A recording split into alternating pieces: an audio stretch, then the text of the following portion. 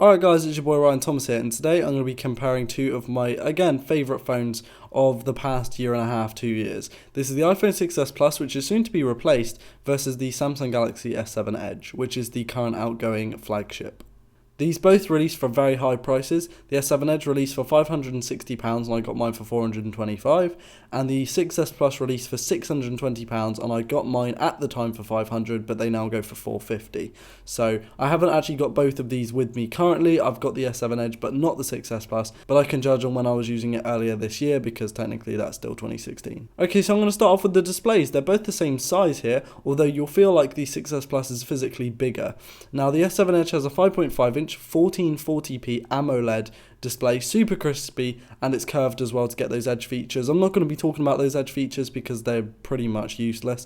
The same goes for 3D touch, but I'll get into that a bit later. Good for games and VR because it's such a high pixel density. Always on display is really good. That gives you an ambient display, which I do love. Like, this is my favorite display on any phone.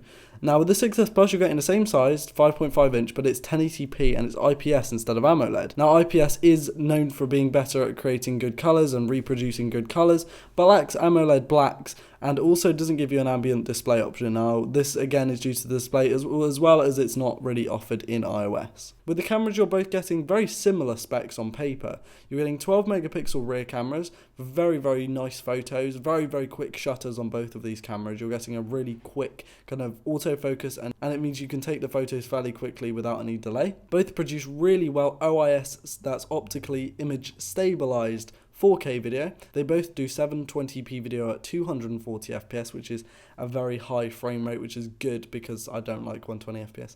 The S7 Edge has an f1.7 lens, which is great for bokeh, and then we've also got f2.2 glass on the 6s Plus. Both of them produce nice crispy photos with blurred backgrounds if you want, depending on your angle and positioning, but you're getting really good cameras here. They are the best on the market. For the front-facing cameras, you've got two 5 megapixel cameras here. With the S7 Edge, you're getting a wider one, and with the iPhone 6s Plus, it's slightly less wide, it's more tele, but I believe it's a better quality one on the 6s Plus. For processors, these are literally apples and oranges, two opposite ends of the scale for me, because in my S7 Edge version, I got an 8-core Exynos 8890, which gives great multi-core performance, and again, everyday use is awesome, but it's 8 cores, right?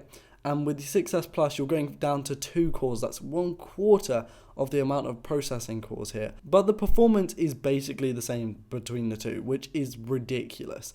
Now this just shows how efficient the Apple chip is, but again, you're not getting that multi-core kind of performance. You're getting great single core, but not any multi-core performance. So anything that does take advantage of all 8 processing cores in a phone will do much better on the S7 Edge. You're also getting double the amount of RAM on the S7 Edge with 4GB versus 2 on the iPhone, and it starts with a base model of 32GB on the S7 Edge versus 16GB on the 6s Plus. Now fingerprint scanners, these are staples in phones now, you have to have them. With the 6s Plus you're getting a very fast fingerprint scanner, which I was really surprised by because obviously I'd never had anything so fast.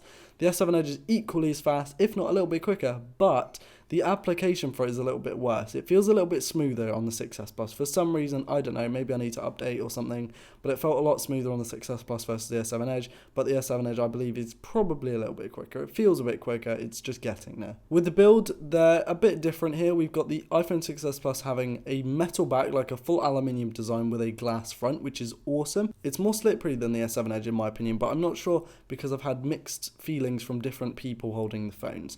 But yes, it's a very premium feeling phone. You're definitely not going to be disappointed here. Has got a slight camera hump though, so you want to put a case on there definitely to stop the camera being completely destroyed. With the S7 Edge, you're getting metal rails around the outside, but you're getting glass front and back panels, which is weird because it's basically easier to smash, which is annoying. But if you have a case, it should be fine.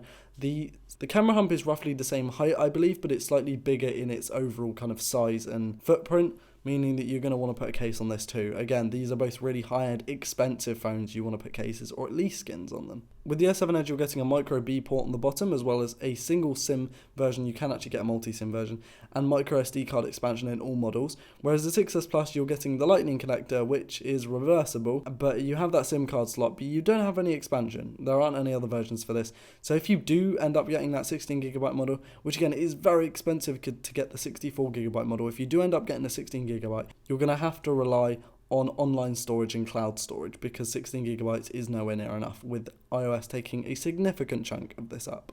With battery, you're getting two, again, opposite ends of the scale batteries. On the S7 Edge, you're getting a reasonably large 3600 mAh battery that lasts all day, even doing Pokemon Go.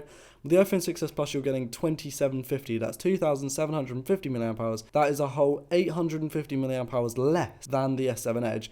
But that lasts between 1 and 3 days for me. It was really perfect. Like, it literally lasted all the time, and that again is down to Apple's efficiency. At the beginning of this video, I talked about 3D Touch and also Edge features. Now, 3D Touch was fairly useful. You can do more things, and it's just not enabled too much. There aren't too many things that actually take advantage of it, and if there were, then it would be much better, because it's cool that you have those multiple levels of pressure. Now, with Edge features on the S7 Edge, I didn't really use these, and both of these I really didn't use. It's cool that you have them there, they're just a bit gimmicky. The S7 Edge also is IP68 rated, meaning that it's water resistant up to 1.5 meters for 30 minutes. You're getting wireless charging as well, Quick Charge 2.0 and NFC, whereas the 6s Plus you're only getting NFC, and that's only for Apple Pay. That's only limited to Apple Pay. Both these phones feel really good in the hand and definitely do represent their price. The only thing I would say though is that with the 6s Plus, buy 6S or 6S Plus or 5S. Don't buy the iPhone 6 or 6 Plus at the moment, because there's a thing going around called touch disease. It happened to my iPhone 6.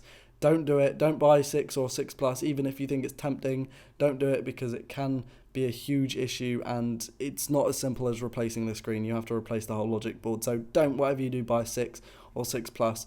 You might not have this issue now, but it's definitely going around and spreading at the moment, and it's not very good. Overall, which one would I pick? I would probably go with the Samsung, just because I kind of prefer the camera a little bit. It's also probably down to the fact that you can expand, up to 256GB of storage, and probably more if you've got a really cool micro SD card. I'm not sure, it just says on their webpage that it supports 256GB, which is awesome. You can just store all your 4K and slow-mo video in there, and I do like taking photos and video on my phone. You can also customize your phone more and essentially do more things on it. The S7 Edge is also slightly cheaper at the moment, and overall I'd just go for it because I'm an Android fan. I love Android and I love iOS, and if you want to go for an iPhone, the 6S Plus is really where to go. It's the top end at the moment, but I would wait maybe a month or two, because when the 7 comes out, the 6S Plus is going to go down in price, and that means you're going to grab yourself a bargain. Well, more of a bargain than £500 essentially. Alright guys, thanks for watching. This has been your boy Ryan Thomas, and I will see you next week. Have a good one. Peace.